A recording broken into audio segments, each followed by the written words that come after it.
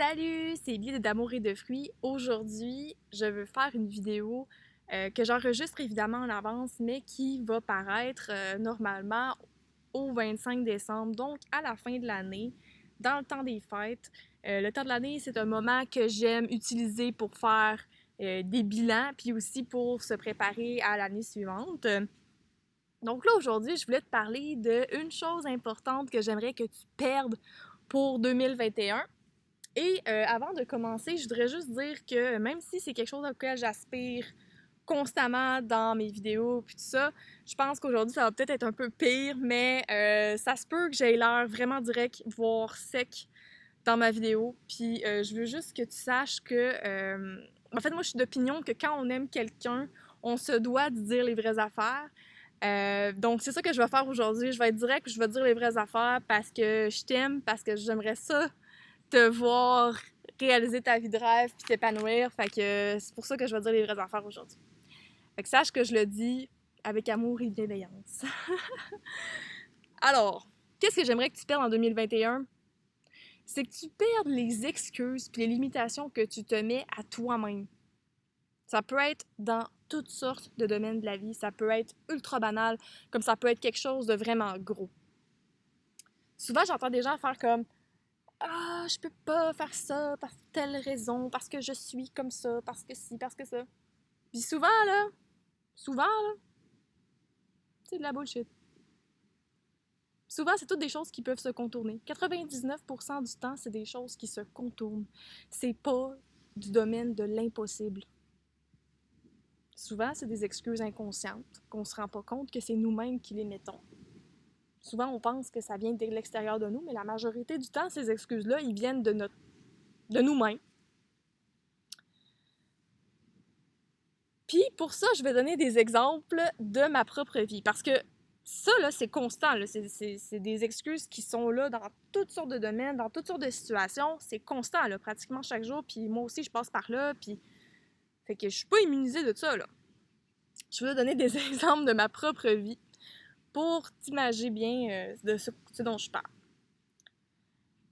Je veux t'inviter aussi à réfléchir justement à travers mes exemples à quand toi, ça t'arrive de faire ça. Donc, par exemple, moi, l'autre fois, là, j'avais peur de toucher la poignée de mon chaudron qui était chaud parce que j'avais peur de me brûler. Puis là, moi, j'étais là, j'attendais que ça refroidisse comme une dinde, là, puis là, j'étais en train de perdre du temps. Puis j'ai mon amie qui, elle s'est mise à toucher la poignée, puis elle m'a dit, ben, c'est vraiment très chaud, mais ça va pas atteindre une température qui va te brûler la peau. C'est juste chaud et inconfortable, mais ça brûle pas. Puis là, elle m'a comme dit, hey, Émilie, tu te limites avec les choses, hein?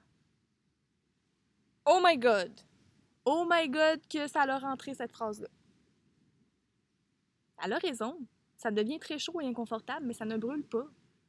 Fait que maintenant, je ne perds plus de temps avec mon chaudron, puis je sais que je peux prendre la poignée. C'est juste chaud et inconfortable, mais ça ne me brûle pas. Tous les temps que j'ai passé avant là, à attendre comme une dinde en pensant que j'allais me brûler, là, ben... J'étais dans ma peur. J'étais juste... C'était mes peurs qui me faisaient faire ça. Puis c'était niaiseux. Là, vous allez dire, bon, c'est quoi le rapport, Émilie, de nous parler de tes leçons de vie avec ton chaudron? Mais ça, c'est un exemple banal. Ça, c'est un exemple banal de la vie quotidienne, OK? Mais ça peut être vraiment plus gros que ça. Parce que mon autre exemple, c'est par rapport à mon vol d'avion pour venir au Panama. Parce qu'on sait que ça faisait depuis avril que j'attendais de venir au Panama. Évidemment, les frontières ont fermé au mois de mars. Puis là, ben, c'était vraiment extérieur à moi. Je veux dire, les frontières sont fermées, l'aéroport est carrément fermé. Je ne peux pas passer. Je ne peux pas. Fait que, OK, je vais attendre. Mais à un moment donné, il y a eu des options de vol qui ont commencé à ouvrir. Des options comme prendre un vol pour aller aux États-Unis, faire une escale là, avec une autre compagnie aérienne, puis ensuite prendre un vol pour aller à Panama City. Oh là là, cette option-là me tentait pas trop, là. Mettons que moi, honnêtement, là, j'ai compris que j'avais peur de perdre mes bagages. J'avais peur de pas réussir à faire l'escale, que le délai était trop court, parce que là, aux États-Unis, il faut que je passe par la sécurité une autre fois, puis là, ça va être encore plus long, puis là, j'ai un autre bagage, puis là, oh mon Dieu, c'était impossible. J'étais tellement inconfortable avec cette idée-là, puis moi, je voulais donc avoir mon vol direct de Montréal, tu sais. Puis là, à un moment donné, j'ai commencé à avoir l'option de partir de Toronto. Ouf, c'est pas sûr, j'ai essayé de trouver des solutions, mais je le filais pas. Je le filais pas. Puis à un moment donné, j'ai commencé à me dire, mais si la seule option, c'était de prendre le vol pour aller à Toronto, si la seule option, c'est de prendre un vol pour aller aux États-Unis, je veux dire, s'il n'y avait jamais eu de vol direct de Montréal pour aller au Panama, jamais de la vie, là, mettons qu'il n'y aurait pas d'aéroport à Montréal, là, je l'aurais-tu fait aller à Toronto pour aller à Panama? Ben oui! Je me serais même pas posé la question! J'aurais pris un vol pour Toronto, puis après ça, de Toronto à Panama! That's it! C'est là que j'ai comme fait... Pourquoi de bord je le fais pas?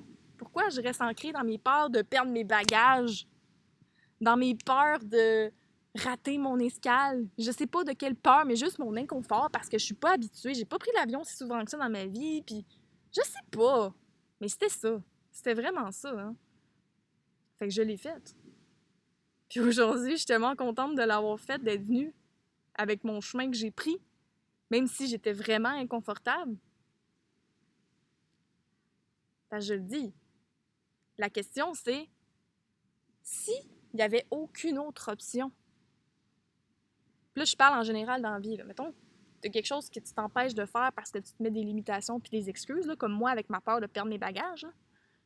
Puis si on se demande s'il y a une autre option, s'il n'y a pas d'autre option, t'oublies les autres options, là. S'il n'y a pas d'autre option, là, tu le prends-tu? Oui! Oui, tu le prends! C'est tout ce que tu peux faire!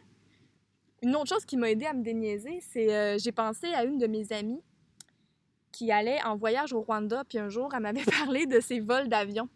Puis elle m'avait expliqué qu'il y avait comme quelque chose comme 3 escales, que c'était je sais plus combien d'heures de vol. Mais elle le faisait! C'était la seule option! C'était la seule option.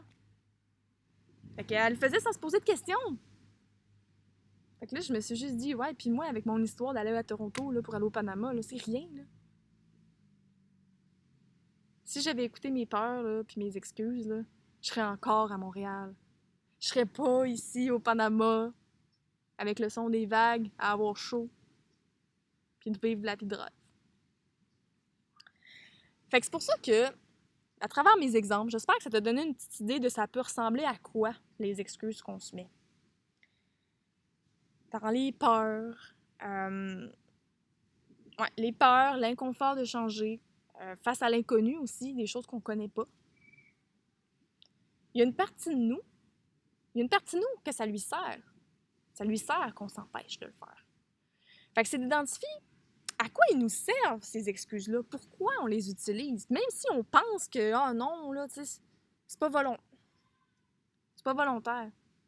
Il y a une partie de toi, là, que elle préfère que tu aies peur, que tu fasses rien. Mais cette partie-là, là, faut trouver une façon de l'envoyer promener puis d'avancer. Parce que sinon, Émilie, elle sera encore à Montréal.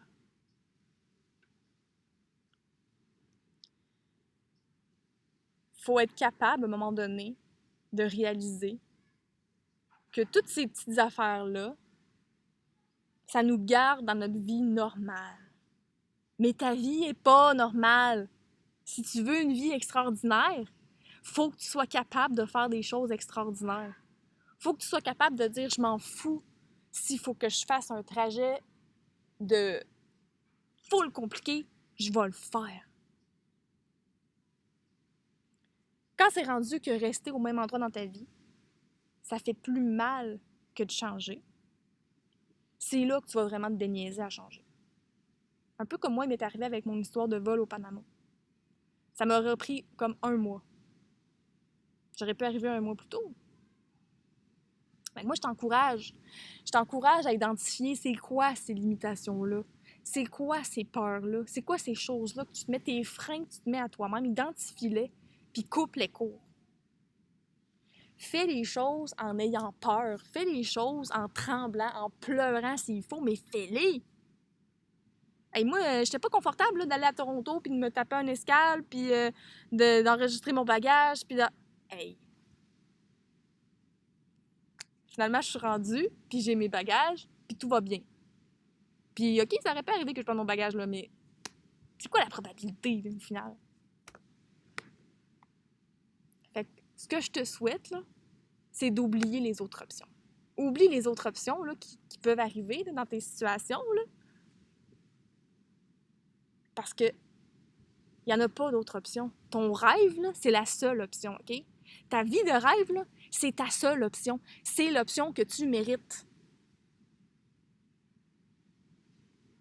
Reste pas cloué avec des peurs, avec des excuses. C'est de la bullshit, je te le dis.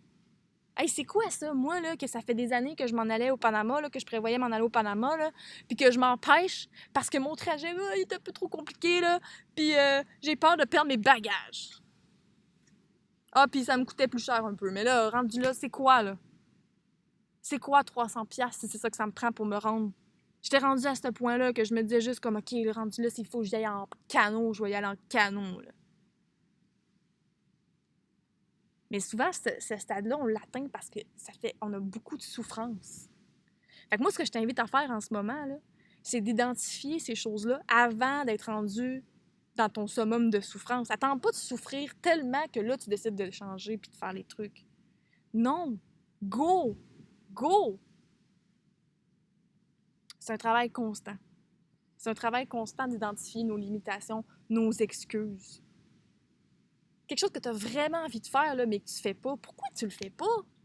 Demande-toi pourquoi.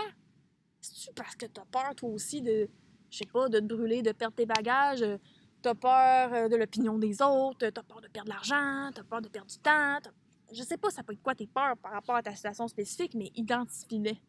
Puis demande-toi à quoi ça te sert. Pourquoi tu restes dans ta situation actuelle? T'as peut-être encore besoin de souffrir. Mais moi, j'aimerais ça, te voir épanoui dans ta vie de rêve. Fait que pour 2021, je te souhaite d'identifier ça, puis de laisser ça aller. Je te l'ai dit, ta seule option, c'est ta vie de rêve. C'est l'option que tu mérites. Fait que bref, c'est ce que je te souhaite pour 2021. Perdre tes limitations, perdre tes excuses, les laisser aller, les affronter. Puis, surtout, de te rendre à ta vie de rêve. Fait que bref, ça va être tout pour aujourd'hui pour moi. Je voulais faire ça court, je suis déjà rendue à 12 minutes. Ouf! Fait que, oublie pas de liker la vidéo, partage la vidéo dans tes réseaux sociaux, puis surtout, rejoins la communauté ambitieuse de Vivre d'amour et de fruits sur Facebook.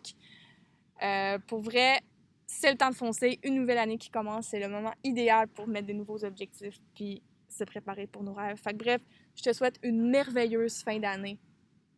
Puis surtout, de réussir à identifier puis passer par-dessus tes limitations. Fait que merci beaucoup, bonne fin d'année, bye!